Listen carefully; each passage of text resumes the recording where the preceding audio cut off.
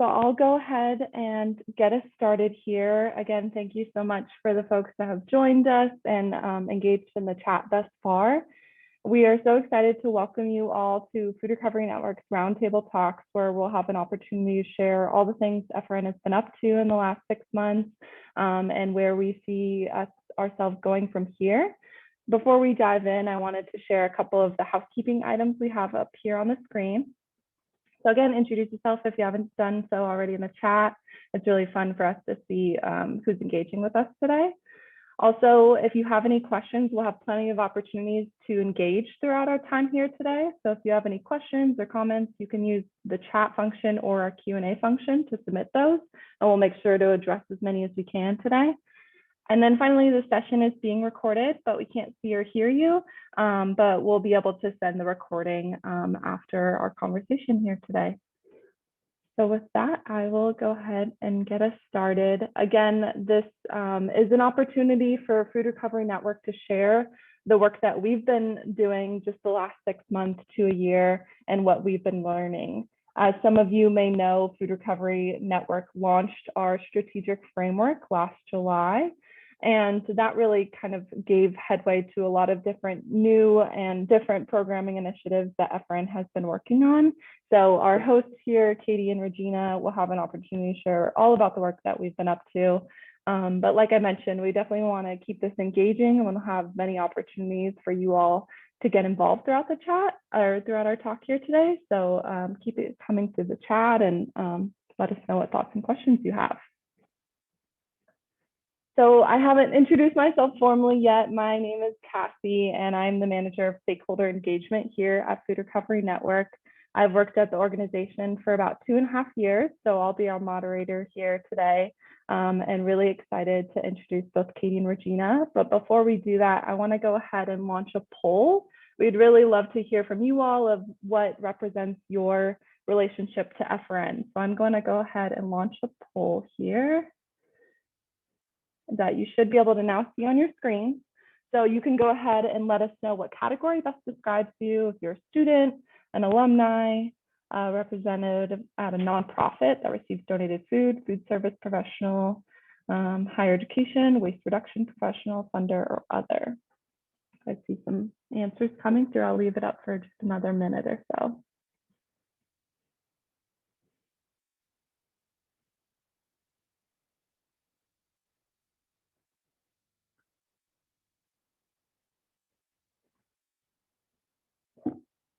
Awesome. Okay, I'm going to go ahead and end the poll, and I will share the results so everyone can see them. Should be able to see on your screen.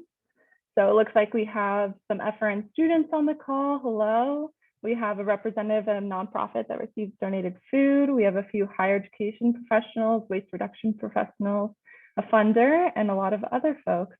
Let us know for the others. Curious to hear who else is on the call and what category you define yourself as. Great. Awesome. Well, now I'm going to go ahead and turn it over to you, Katie, so you can introduce yourself to our audience here today. Hi, everyone. Thank you so much for being here today. My name is Katie Jones, and I'm the Chief Operating Officer here at FRN. And in this role, I oversee programming, communications, operations, and help with fundraising. So I'm very excited to talk a little bit about our progress that we've made over the last 6 months, and then also how we can build with you all moving forward in the future. So thanks again for being here. Thank you, Katie. And now I'll turn it to you, Regina, so you can introduce yourself and get us started here. Wonderful. Thanks so much, Cassie. And thank you for moderating today's conversation. And thank you to Katie. So my name is Regina. I'm the executive director here at Food Recovery Network. I've been with the organization for about 5.5 years. So I'm moving on to the other side of the tenure of FRN. I've been here slightly longer than the organization has been around. So it's kind of neat.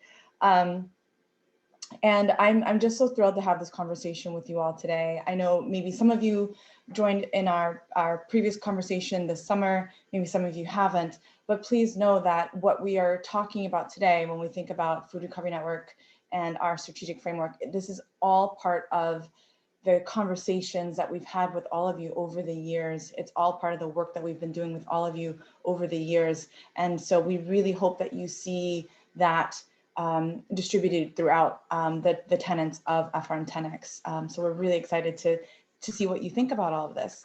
And so part of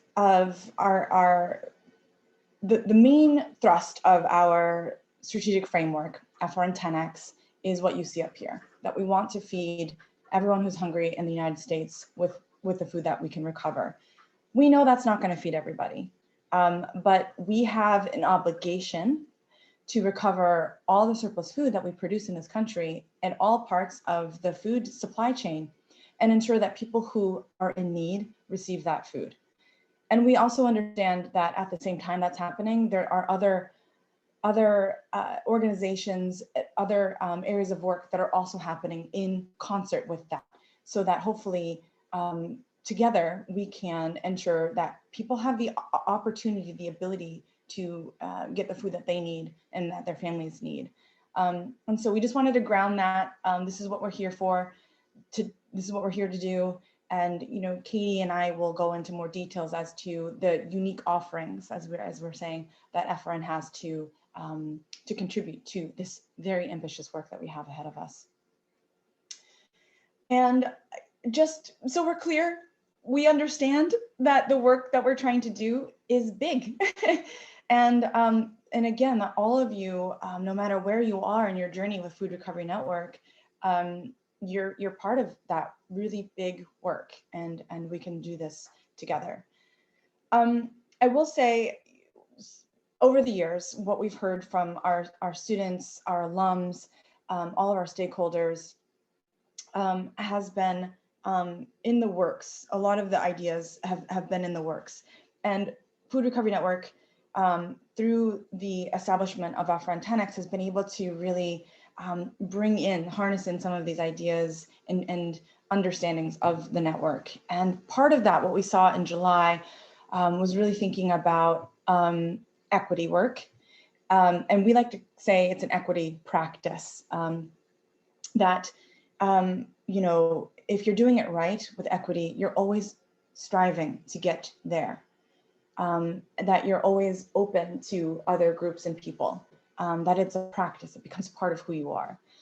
And we heard from folks that they wanted more of that from Food Recovery Network, to lean into that more.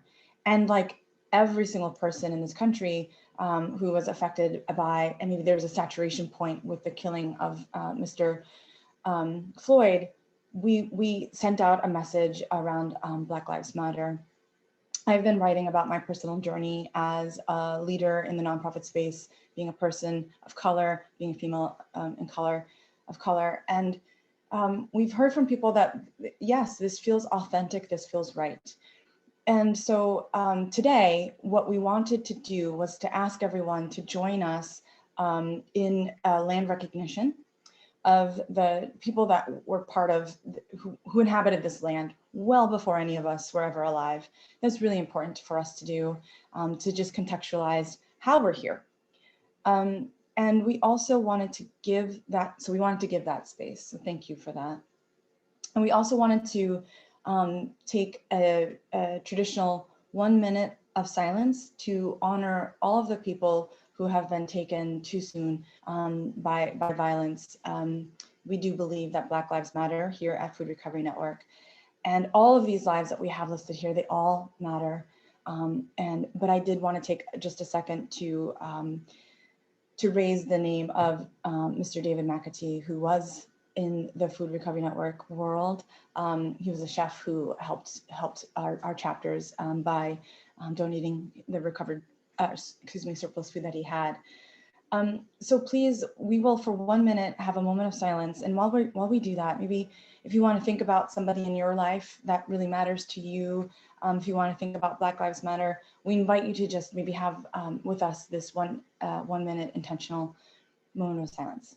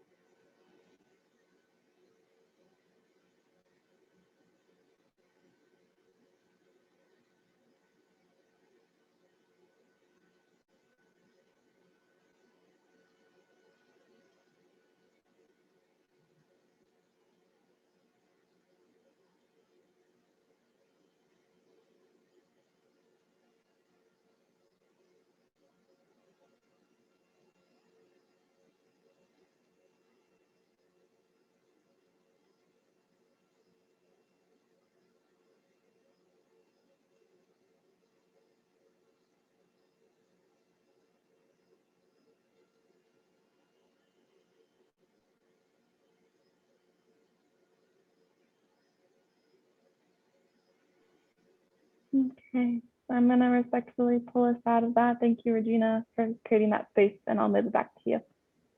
Thank you. Thank you, everyone. We have a lot to cover today.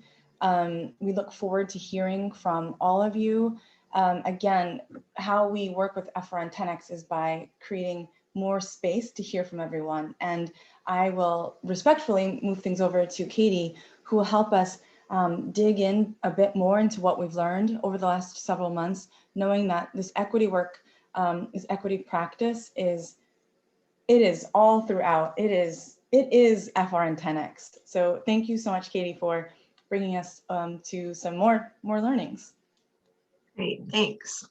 So before I dive into what we've learned so far and our progress so far this year, one of the things we said when we invited you all to come to this webinar was having a conversation with you. And what we want to talk about a little bit later in this presentation, but I wanted to give you a heads up now, is what is your vision of a just and equitable food system? And the reason why I'm prompting this now to give you context is, when we launched FRN 10X 6 months ago, we thought there are particular ways that we can achieve this, but we realized that we can also start to have a broader conversation about what this means to you all and then how we could change our programming as a result. So if you have thoughts now, you are welcome to add them to the chat. If not, we'll have an opportunity for you to add later. As you hear about some of our work, it might actually prompt ideas for you. But we're hoping to do it by the end of this webinar is get a better sense from you all about what this looks like. So again, we can take that information in and make amendments to our programs as we need to make sure that, we're all working toward a shared vision. So in terms of the goals of the roundtable today, the first and foremost is to share our data and learning with the movement overall. We want to be transparent about what we're trying to accomplish, as well as transparent about what we're actually achieving and learning, in hopes that it could inform all of you. Also, as part of FRN 10X, we've really seen this deep need for what we're calling a feedback loop internally. Regina and I talk a lot about building a call and response. So part of what we're also trying to do today is better understand chapters and students and student needs and other stakeholder needs, and how we can better work with you to establish a clearer feedback loop as we continue to learn and move forward together. And also, we want to be intentional about building relationships with you all. And the more this movement continues to grow, the more effective we're going to be as we can move forward in partnership. So what does it actually look like to deepen the relationship based on where you are as a stakeholder and how we can best work with you? So that's what we're going to do today.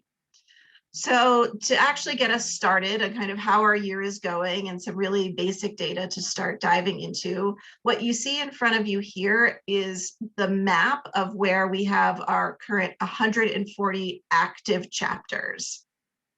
So obviously you can see that they are, we have some clusters across the United States, and certainly some states that we're looking to increase our clusters in as we move forward. And I'll talk a little bit more about that in a minute. The next map that you're going to see actually shows where recoveries are happening. And right now, about 25% of our network can recover food.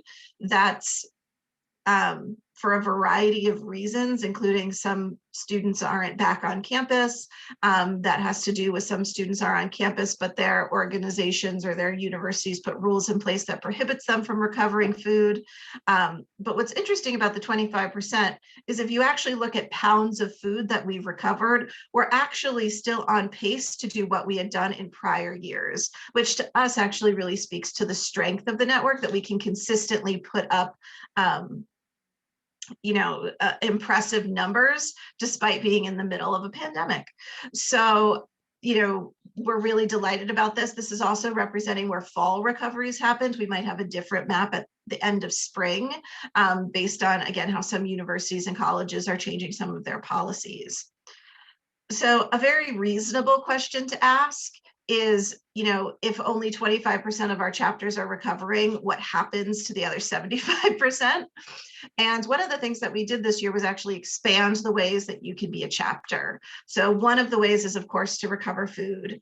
Another way, which is really kind of aligned with our results count framework and the strategies that we have in our results count framework, is around peer-to-peer activation, and actually just sharing the problems that we have around recovering surplus food, and how people are experiencing hunger in your communities. And that's really where FRN 10X comes from, that if every one person could talk to 10 other people, the awareness and need for this work would be so much more recognized, that we can actually start having more conversations around food being a right if people understand what some of the barriers exist today. And then the last way that you can be a chapter is also around, we've launched this year our advocacy cohort, which is, again, we know that we can recover all the surplus food in the United States, but we still won't be able to feed everyone who is hungry because of racist policies that are in place. So FRN, through our framework, has said, we want to activate our students to actually change a lot of these regulations and legislation that keep people in poverty. So that is how our chapters are working this year. And again, we're delighted to see such a strong return of chapters, given all of the challenges that have been facing colleges and university students specifically, but then also everyone else during this difficult time in a pandemic. The other thing I'll just say about this results count framework, this is the same that you saw back in July that we launched. Everything else that I'm going to present on in the following slides rolls up to this. So how do our metrics and what we're holding ourselves accountable to actually translate into where we believe FRN can have a unique contribution to moving this result in the country? And we know that it takes a concert of actors to actually start moving this. And so this is how FRN is starting to contribute, again, to that larger conversation about how we can recover surplus food to feed everyone who's hungry in the United States. So the next slide that you're going to see is our target slide. So as we think about how FRN engages across the food supply chain, what are some of the metrics that we could try to establish for ourselves to see how we're actually making an impact, both in terms of recovering food, as well as how we are feeding people across the United States. So this is what we aspire to do for this year. And then on the next slide, you will see our results to date. So specifically, you'll see that we had originally planned by June to recover 1 million pounds of surplus food from commercial farm fields across the United States. As of December, we've recovered 788,000 pounds from farm fields across the United States. This is largely in partnership with our FarmLink partners, where our students have been able to volunteer to help identify farms. And it's been a great way to continue, again, through that peer-to-peer support.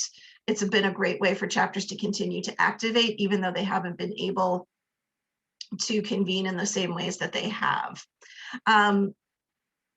As Regina was talking about, part of our commitment to equity is just because we're able to recover a lot of food doesn't actually mean that that food is getting to the communities with the most need. So in addition to launching our partnership with FarmLink, where we recover from commercial farm fields across the United States, we have also partnered with the EPA to actually begin gleaning in particular markets across the United States where there is the most need, and we'll be gleaning specifically from local farms as well as farmers markets.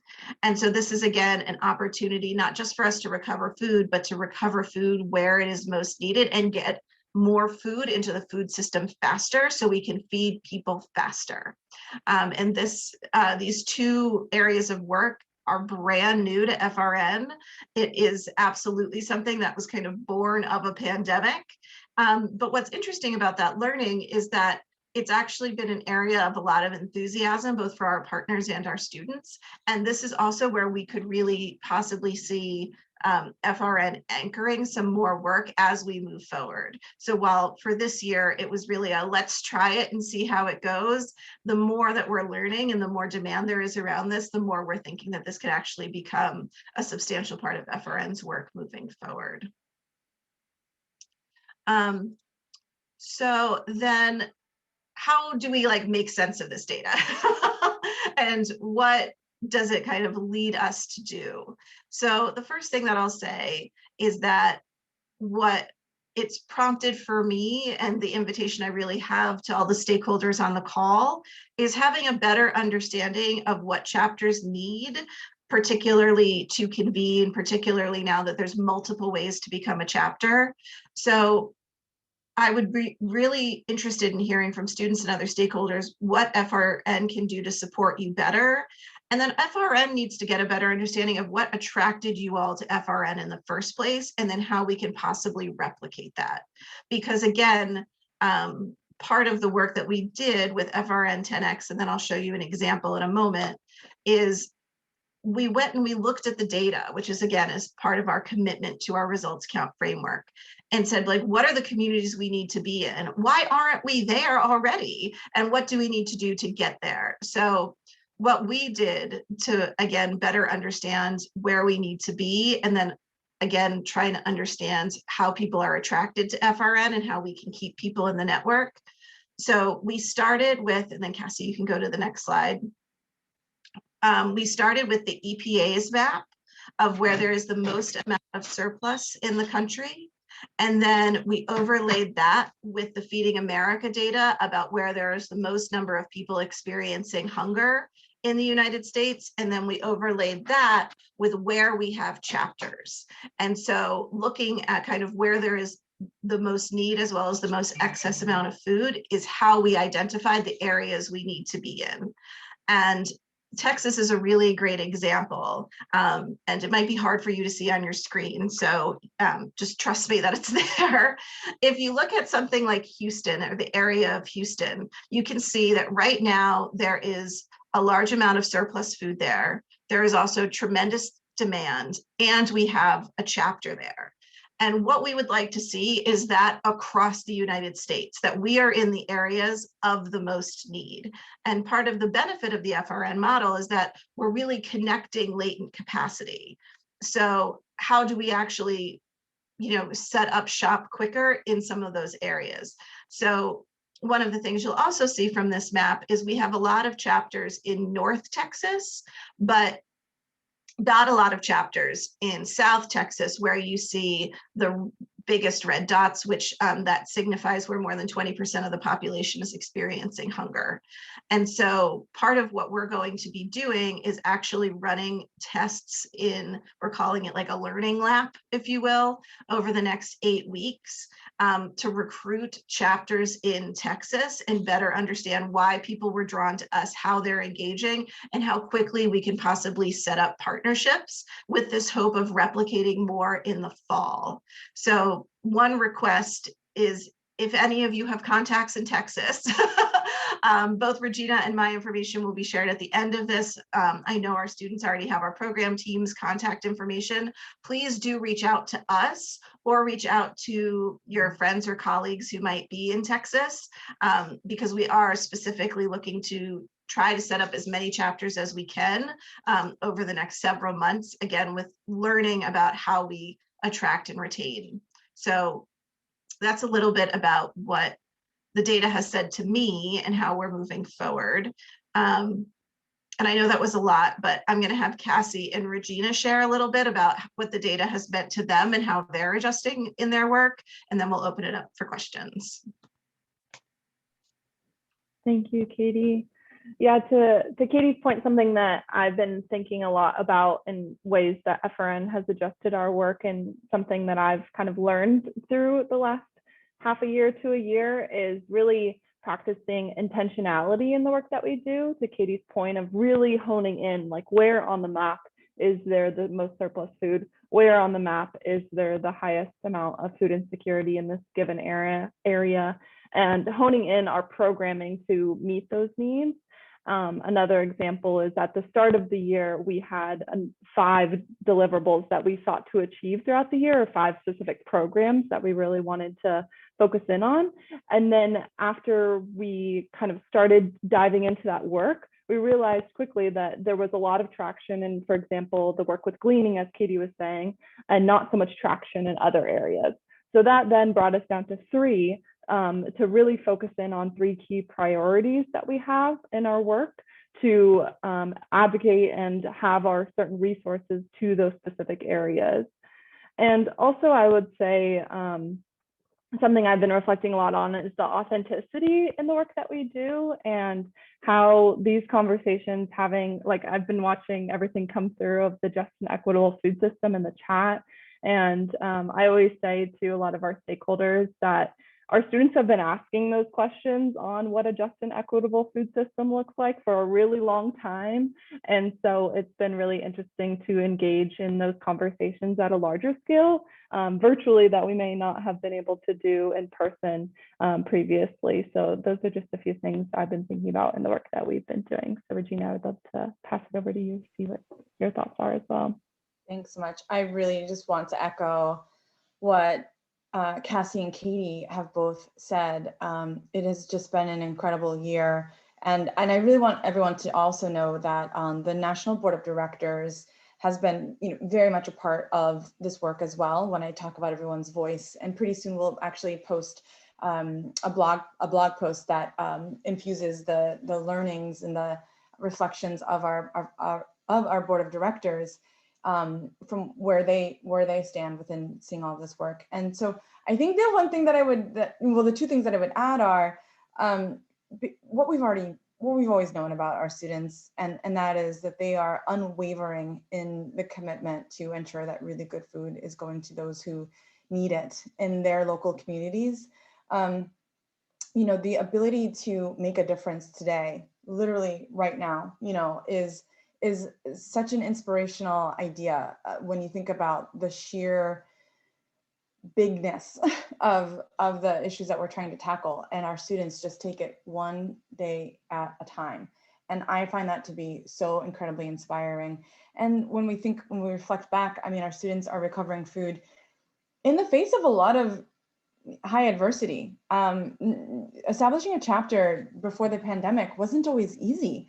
Our students heard a lot of no, and they felt a lot of resistance to get a chapter established. And the tenacity and the resiliency that our students have within them to do this work, because it just inspires me every single day.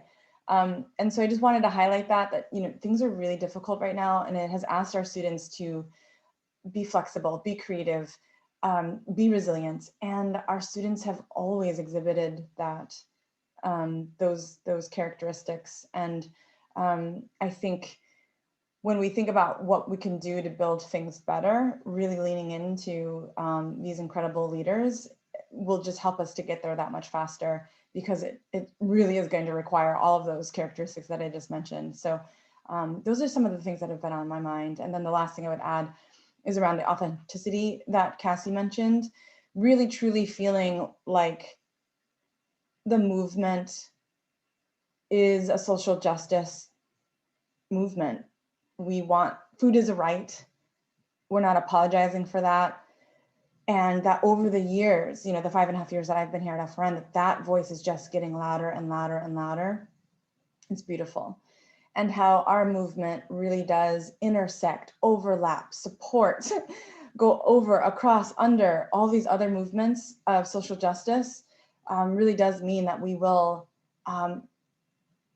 can have a just and equitable food system, and we can have a just and equitable society when we all work together and have that shared commitment. And so that's another thing that I've been really feeling and just so thankful for.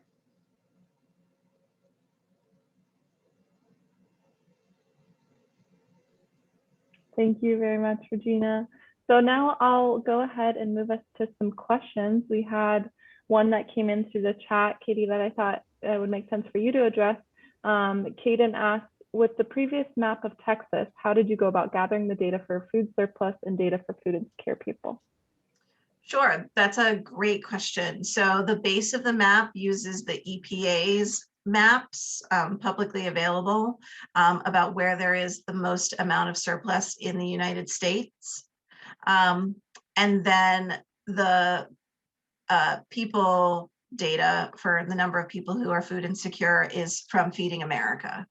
So we overlaid that data together. And Katie, just so folks can see, the areas in blue, correct, are saturation points of surplus food? Yeah, the deeper purple, like the deeper it is purple, the more excess food that is there. Great, thank you. And Kaden says thank you as well. We had just a couple, it wasn't a question per se, but some comments that came through from Tiffany of suggestions for outreach and growth, connecting with culinary schools and programs, connecting with culturally centered student groups and community groups, and expand to high schools and middle schools who want to coordinate their pantries for community, which are all awesome ideas. Yes, so thank you so much for that. What I would request on that is if you actually have contacts with culinary schools or with student groups or with particular school districts, if you can help build that bridge for FRN. In the past, FRN has kind of done generic outreach. Now, we've had conversations with our board where should we target just agriculture schools for FRN chapters? And usually what we have found in that sort of thing, when it becomes a little bit more of a cold call, is that the uptake doesn't necessarily happen. I mean, in particular this year, when so many organizations, have so many demands placed on them because of limited resources, because of the pandemic, for really any kind of reason. And so even if, you're a former student of your school district, or even if you have a friend who's attending a culinary program, if there is just one person who is willing to say, hey, there's this group, I think that it would be worth 30 minutes of your time to just look on their website or have a brief intro call. I mean, we can get more calls like that, actually, that result in something. If you think about an hour, if we have a bridge call, pretty much after that hour, every single one of those converts, versus an hour of cold outreach where sometimes we just don't see any conversion. So like I said, we'll also be sharing our contact information, our program team's contact information. So anything that you can do, it really can be as simple as an email where you copy us, and then we're happy to take it from there. So thank you for those suggestions. Thank you, Katie. And we did have a couple of comments and questions that came through from a few students in the chat. Kayla had mentioned that from a student perspective, running our FRN chapter has been difficult because our partner providing surplus food experienced a drop in sales that we couldn't do recoveries anymore. I've considered shifting focus towards advocacy/state legislator until we can do recoveries again, which is awesome. Are there any resources to help FRN students with this? And another student shared similarly that they've been going through some struggles. So looking to start things up. So if you can share some resources for those students. Yeah, absolutely. So one of the things that I'll say is that through both our social media, through email, and also the newsletter, we have signed on for the Fuel Higher Ed campaign, which helps to expand SNAP benefits to all college students. And in both social, through our emails and in our newsletter, every month we have here's what we're trying to do for the month for this Fuel Higher Ed campaign, in terms of write letters or sign a petition, or talk to your friends about how you're doing this. And there's specific tips in all of those mediums. And particularly as we're kind of coming to the end of the spring session, we're actually looking to increase those pushes to actually having one per week. So what I would say is twofold. Number one, you can just certainly look at our social media for, what are some of those. And we also have a new webpage on our website that talks about our advocacy work. So that can be a way to ground you in how to start the advocacy work. And then you can look out in those particular mediums for like, here's the action we need you to take this week.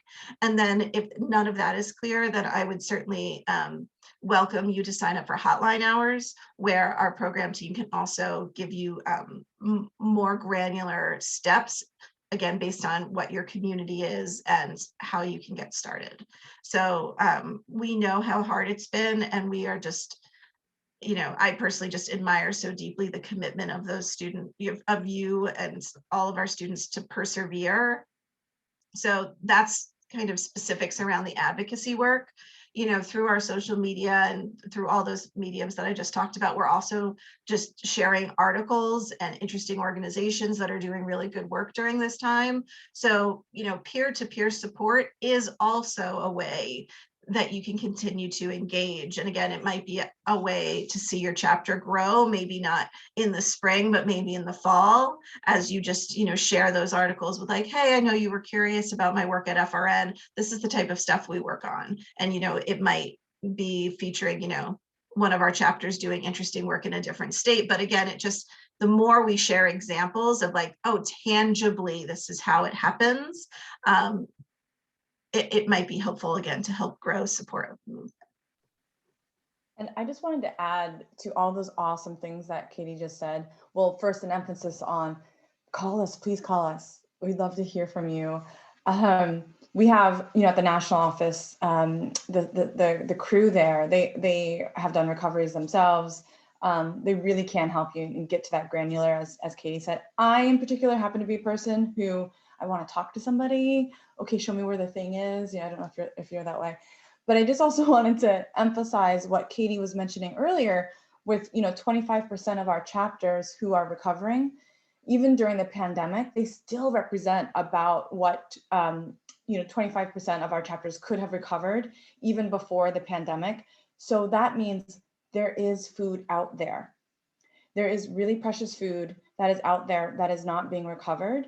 And even before the pandemic, many of our chapters, for a variety of reasons, had to go to different places to get food. Maybe they were going to a restaurant, that restaurant, closed, or maybe there was staff turnover at the dining hall, and where there was once a yes, you can recover here, the new person is saying, no, you can't come into the kitchen, no, you can't do this. So there's lots of reasons why our chapters have had to go to different places to recover food. So we can, if you feel like recovering in real time, in person, safely is something that you can do, we can help you find a new place to bring to recover food. We have we can also mail you face masks.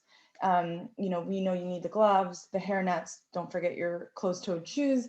But we also have masks if any of our student chapters need that as well, that we can mail out to you. So we've seen it all. We can help. The other thing I'll add to that, and we mentioned a little bit about gleaning, is, we're also in conversations with, it's essentially like the National Organization of Farmers Markets. So even if you're not able to recover from your campus, there might be walkable farmers markets that you could also just, you don't have to necessarily go and glean off the farm field. You could just go to the farmers market and recover. So that's part of our EPA pilot, where we've actually partnered with the Athens Farmers Market to recover specifically just after each hosting of a farmers market. So that might be an option too, depending on your community. I love it. That was like the best question we could have gotten. So thank you for those questions. And I did share a couple of resources in the chat for folks, students that are looking to get more involved in advocacy work, and then also just general resources and signing up for a call. We did have one more question come through, and then I'll move us along to the next portion of our presentation. We had a question from Ron, asked, any specific local programs to help those who have lost employment because of the pandemic, especially food service workers? Yeah, I can take that one. And if either of you have things to add, what it was on the radio today, 4 million Americans have been consistently unemployed because of the pandemic for longer than 6 months or longer. We know that 1 million jobs in the nonprofit space have been lost because of the pandemic. It's really difficult times right now. And so I do know, specifically, one particular nonprofit that I love so much is called Lyft. It's a national organization. Now, they're not in every single city, but they specifically help with finding, when we think about why are people living in poverty in the first place, it's compounding issues. You might have a safe place to live, but maybe you're underemployed. You might have a job, but you might need to have childcare. You might not have safe housing. There's so many compounding issues that people are facing every single day. The pandemic has not helped. So that's an organization that really does look at all of the different issues, and much like FRN, where we're tackling big issues here, Lyft helps you to think through the small steps. Even updating your resume, for example. So that's a nonprofit that I really love a lot. That's national, and I think when we look at the list of the nonprofits that receive FRN's donated food, those are often places that are right on the front lines to help those in need. So we partner with over 350 of these institutions all across the country. And so I would say also please get to know these organizations. And then one other idea that I have around, people who are experiencing job loss, before I ask Katie and Cassie for their ideas too, are what are they called? They're like the business districts within like downtown areas. They often have employment zones. And so I say that these are just really good places to go to, where you might be 2 or 3 steps away from finding other resources to help you, find your job, because it's such a personal situation. When we find ourselves unemployed, are there other compounding things that we need to look at too? What kind of job did you lose? Are you in the food space? Are you in the service industry? Do you have, a PhD with 15, years of experience? So, we really want to think about what the individual is experiencing when we figure out how can we get that person back to gainful employment. So those are just some of the ideas that I have based on that question. But if Cassie and Kate, if you want to add. The only thing I'll add to that is, one of the conversations that we've been having internally is around where we should focus our advocacy work. And as we are dipping our toe into the advocacy work, and you'll see some, as I mentioned, some of the ways that we're engaging with the Fuel Higher Ed campaign. One of the conversations we've been having is about, do we actually need to sign on to more progressive legislation? And so while all of the resources that Regina mentioned are spot on, part of what I would also say is, if you are experiencing job loss, it might seem so frustrating to reach out to your state or national representative, but actually pushing for reform for universal basic income and ways that will support people, particularly now when the bills in Congress and the $15 living wage is stalled in Congress. That might be one way to also channel some frustration and hopefully see some change, because again, some of the structures that are in place make it just impossible. And so part of the engagement can also be around how we change the structure, which is hard when you're working within the structure, but both are just very, very needed. I literally could have this conversation for, the rest of my life, or until we get to a just and equitable society. This is the structures that Katie mentioned. This is what I, lived experience. Of course, we all have this lived experience. We all live within the structure. And for many of us, the thing about structures, they're ubiquitous. You kind of don't notice them, because especially when they're working for you. But for so many people, and part of this conversation is we understand, we can look at it and we see like, yeah, I have a job, I have healthcare, I have a house, roof over my head. The structure is working for me, even in times of trouble. The structures are working for me, but I see how it is grinding people out in very nefarious ways. It is not a structure that's working for everybody. And to Katie's point, one of the things that we have seen, thinking about universal basic income, but also nefarious structures, what we do see, there's been experiments about this time and time again. Lyft, that national nonprofit that I just mentioned, one of the benefits that we do see, that we do know that works, is that when we give cash assistance to people living in poverty, we just give them money. We don't ask them to go here, here, here, and here, fill out this form. Oh, you forgot, you don't have an ID, sorry. Nope, come here, here, and here. We're only open from 10 a.m. until 3 p.m. Come, find us. The structure doesn't work. When we give cash assistance to people living in poverty, that is the fastest way that they can help themselves and their families. But we have, we bristle at this idea of giving poor people money because we have a moral judgment over them, that they are going to do something that we don't like with cash money in their pockets. But we know time and time again, what they do with money in their pockets is the same exact thing that people who are not living in poverty do. They pay their bills, they buy food, they get gifts for their children. This is what people do. They fix their cars.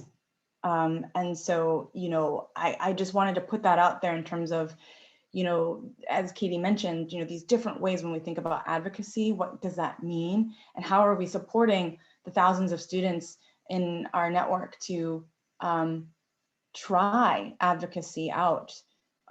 There's so many different conversations to be had, and that's what we want to support. So again, I'll get off the soapbox now, but it's such an important, question and concept that Ron raised up. So thank you for that. Thank you, Regina. You got some claps in the comments.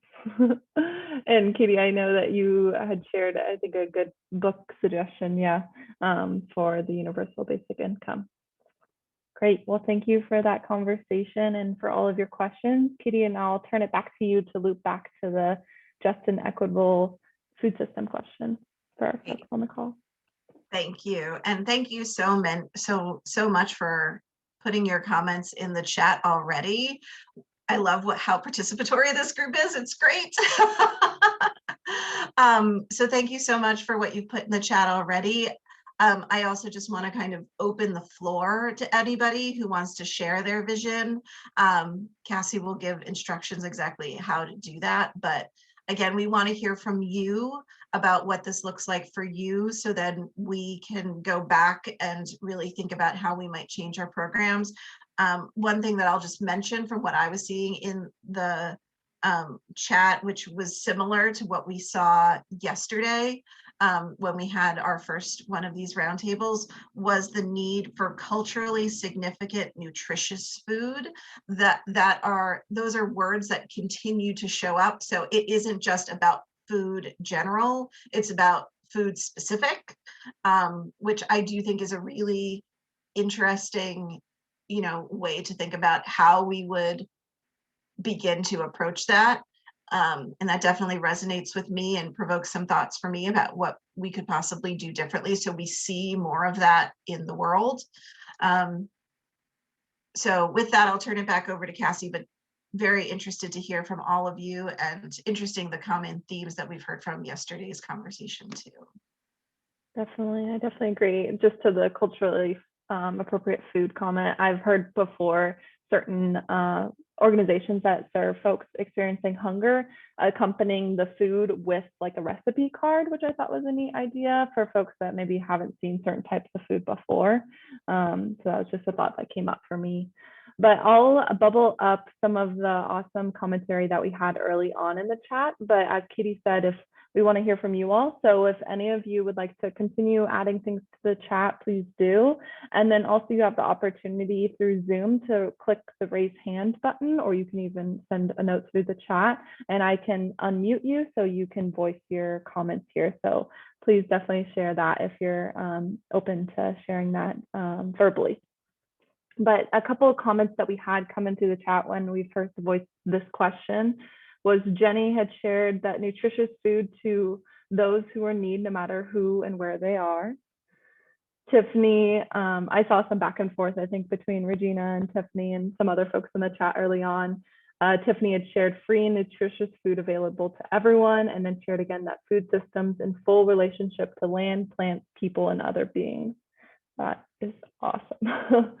Kaden, I'll share one more and then I can stop for comments from Katie and Regina, and then there's a couple more I'll share.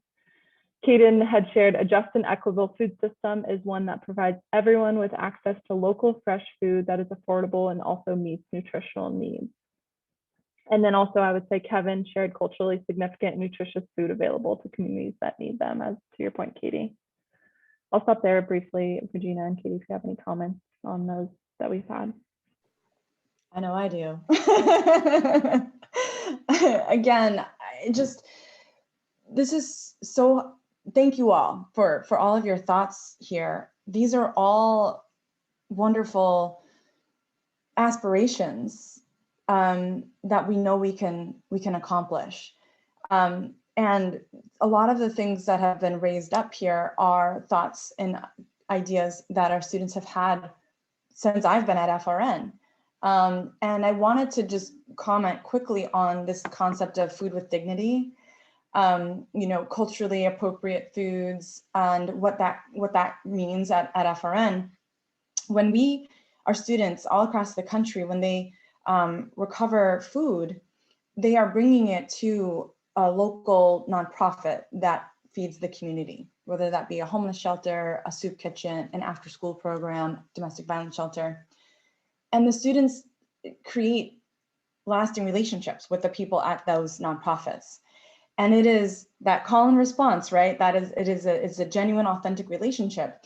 And what we have seen, and this has just been bubbled up a little bit to us, so we have to assume that it's happening a lot more than we actually even know, is the nonprofits that receive the food make suggestions to students about the kinds of food that they really are in need of based on the constituents of the community that they are serving. So while at FRN, we never want to say to people, oh, you're living in poverty, that means you don't get bagels. That means you don't get cookies. That means you don't get soda. We never say that. That is not food with dignity. But what we do ask is, what are some foods? Where are places that we can get the foods that you maybe need? And so I think even that concept is a conversation that we can definitely have more, with the access to what kinds of food is something that, we want to be genuine and open and understanding of. And so just wanted to bubble that up. And then the last thing I'll say is food with dignity. When we ask people at restaurants, on our college campuses, the dining staff to prepare all this beautiful food, if Food Recovery Network is not there, the majority of the time that food is going in the trash. That's not food with dignity. That is not honoring and respecting the people whose livelihood it is to create this beautiful food for all of us to enjoy. And so that's another reason why FRN is here, to prevent all that wonderful food from going into the trash, because we ask people to make this food. And when we ensure that food is being eaten by humans, that is also infusing that dignity and that respect to the people who made that food, who are often, we're now calling them essential workers, who are often the ones who are not the recipients of a living wage, who are often, working shift work that is, we know, very difficult to, have family time and do all the things that we might need to do to have, a life. I've worked shift work before, coming into FRN. I grew up doing that. My parents grew up doing that. It's really difficult. So, the least we can do is honor and respect the food, honor and respect the people who made that food. Thank you, Regina. I'll also share another comment earlier from Kayla. Sustainable food choices in line with local environment and demographic, access to food resources in terms of resources and time, legislative support of surplus food recovery and industrial composting to support organic farmers, access to well-balanced and nutrient excuse me, nutrient-dense whole food plant-based options. That is amazing.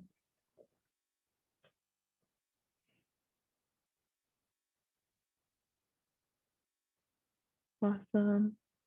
I also just saw a comment that came through from Kevin, a little anecdote from our recent campus pantry distribution. We received approximately 150 pounds of bananas and plantains for distribution. The community we serve hail from South America, Caribbean, and Africa. Just talking to them and seeing the different ways they use plantains in cooking really helps feel more welcome and comfortable. We ended up distributing more plantains than bananas by a lot. That's a really neat story. Thank you for sharing that, Kevin. I haven't seen any other comments come into the chat, but if folks keep the thoughts coming on your vision, and this is definitely not the last opportunity that you can share your thoughts. As Katie had shared previously, we'll be communicating this a lot on our social media in the coming weeks. Our staff will be sharing some fun videos of what we think, what we envision, and this is the beginning of the conversation, most definitely. So thank you all for your thoughts thus far. Great. So now I'll move it back over to you, Katie, to talk a little bit how folks can get involved moving forward. Great. So as I said, one of the goals for this roundtable was about creating feedback loops and a call and response.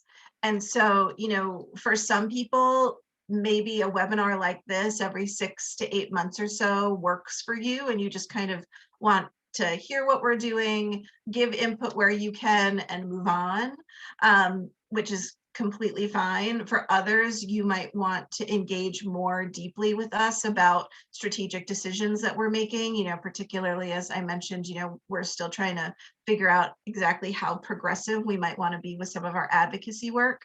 So what you see on the screen here is just a couple options in terms of how you could possibly partner with FRN. You might have other ideas, which I welcome that you put in the chat. But again, part of what we're looking to learn from this is how can we create that call and response? And part of that is we need to know kind of what kind of calls you want to get, if you will. So Cassie's going to launch a poll now. And again, if you have other ideas, feel free to put them in the chat. But this poll is, again, really just helping us to better understand how you want to work with FRN. Again, webinars like this are great, and we are committed to continuing doing them. If you want something more like a consulting role, again, we have our student and alumni advisory board, which helps us with more strategic decisions. We have other advisory boards for people who might not be students or alumni, but partners with FRN. So again, we're just trying to get a better sense so that, again, we can build something that matches the engagement that our networks want to have. So thanks so much for taking a moment to complete the poll. Yes, thank you. We have a couple of answers coming through, so I'll just leave it up for a few more seconds.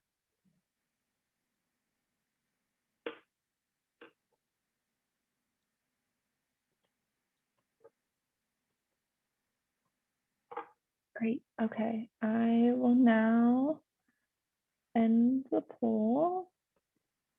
All right, and share the results. Beautiful. So it looks like we have about 55% informing that responded, 27% consulting, and 18% partnering. Really neat. It's been neat, as Katie said, just to kind of compare our conversations thus far. We had another roundtable talk yesterday that was split right down the middle. So it's been really cool to see how it changes day to day. So thank you so much for your insights there. Alrighty. So now I'll start to begin to close this out here for the day with a couple of requests and actions that we have for you all just moving forward. We would love if you invite 2 or 3 more people to our next roundtable talk or FRN event. We have a number of webinars specifically geared to our students, but are also welcome to the larger audience. Also, as I mentioned, we'll be sharing this recording after our talk here today, so you can definitely share that with some folks in your network that you think might be interested. Also, as I mentioned, we'll be sharing on social media a little bit more about what a just and equitable food system looks like to our network. So please respond there and engage with us on social media. And finally, if you're willing and are able, if you can donate one time or recurring and to a gift of FRN in order to advance our network moving forward. So with that, I will allow Katie to give some closing thoughts and then move it to Regina to close this out. I just want to say thank you again for all of you being here today and this engaging conversation. We are absolutely committed to continuing to do these. So the next time, particularly all of you who are interested in the informing group, you can look for another one probably this summer, which again will take the data that we've learned from these roundtables, as well as some of the data that we're seeing with our initiatives, where we'll launch our FY22 priorities. So thanks so much again for being here today. I just want to echo, I just feel so full of gratitude right now. And as an extrovert, that means I feel like I want to go running around my neighborhood. It just feels so wonderful to directly connect with everyone that we know is part of this network. So from the bottom of my heart, I just wanted to say thank you all for all these awesome ideas and thoughts, and to hear what's on your minds, to hear that you want to re-engage with FRN. It's just awesome. That's how we're going to get to this big ambitious goal of feeding everyone who's hungry with surplus food. And I just wanted to add, one more quote that really means a lot to me. When we think about the systems change work that we are engaged in, the system that we have built around us isn't working for a lot of people, and it's not working because it is a racist structure. And we know that we can rebuild completely. We know we can improve. We know that we can swap out some components of the structures, all of these things, to make that just and equitable food system and to make that just and equitable society. We know that we can do this. And I'm just thankful to be engaged in this work with all of you. So thank you so much. And again, thank you to Katie and to Cassie for being amazing people to work with. I love it. Well, thank you all so much for joining us. We have our contact information on the screen, and also will be included in a follow-up email, and we'd love to stay in touch. So thank you all for joining our conversation today. Thank you, Katie and Regina, for the engaging conversations, and I hope everyone has a good rest of your night. Bye all.